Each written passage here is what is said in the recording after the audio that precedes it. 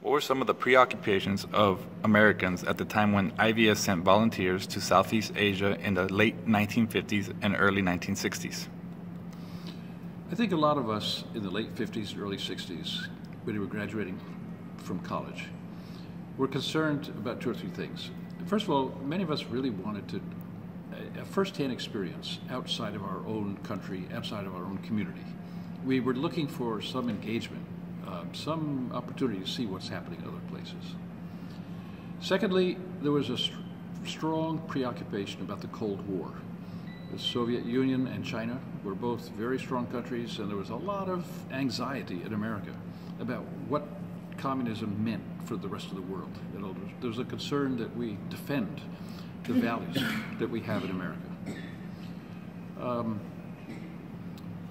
Those were the key elements that were the incentives for most people to go overseas. But there was a third one.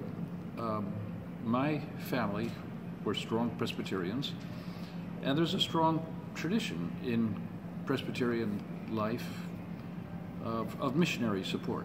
And I know my parents they suggested once or twice what I consider a missionary life. I never could see the proselytizing side of that in Buddhist or Hindu type countries.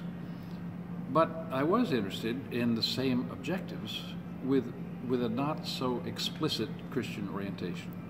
And I think that motivation was there for many of the volunteers who went over. Many of them were from the Christian peace churches like the Quakers, the Brethren, the Mennonites, and I felt comfortable among those people. How was the international balance of power different in the early 1960s than it is today? Well, the international balance of power at that time was largely the free world as we knew it against the communist world. The communist world being the Soviet Union and China, mainland China. And it was a bipolar system of A and B, the first world and the communist world. That really is no longer the case. We now have a multipolar world with many different competing interests, many different competing countries.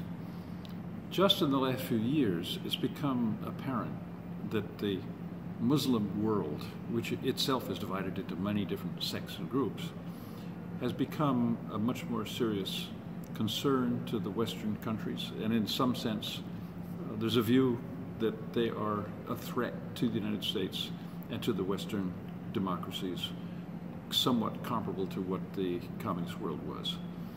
But the Muslim countries themselves are divided into so many different groups and countries that they're not the monolithic type of concern that I think we knew at that time. How did IVS compare with other Hearts and Minds operations, for example, later in Iraq and Afghanistan? Well, you have to understand how IVS operated in Cambodia and Vietnam some 50 or 60 years ago. The Viet Cong and the North Vietnamese knew perfectly well who I was. Anytime they really wanted to, they could have taken me out completely. But I was working among local people. I was doing what they were trying to do, which was to help them to have a better life. I was walking to and from local restaurants the whole time. I never carried a gun. I was just totally vulnerable at any time in what was already a war-type country, a war-torn country. It's inconceivable to have that kind of an operation today in Iraq or Syria or the places of the Middle East where there's the current confrontation of Western values.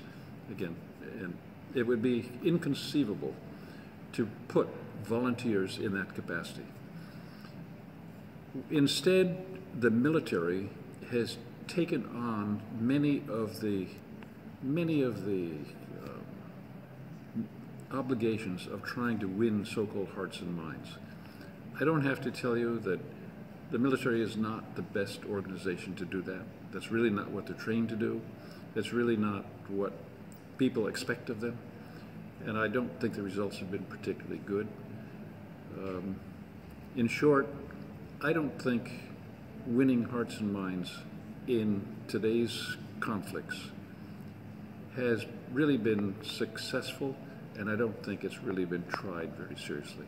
I also don't think that the model of unprotected volunteers working in an unstructured environment on a people-to-people basis really could be successful in that situation. In fact, it became untenable even in Vietnam, and that's what led to the dissolution, the ending of the whole Vietnam experience for IVS.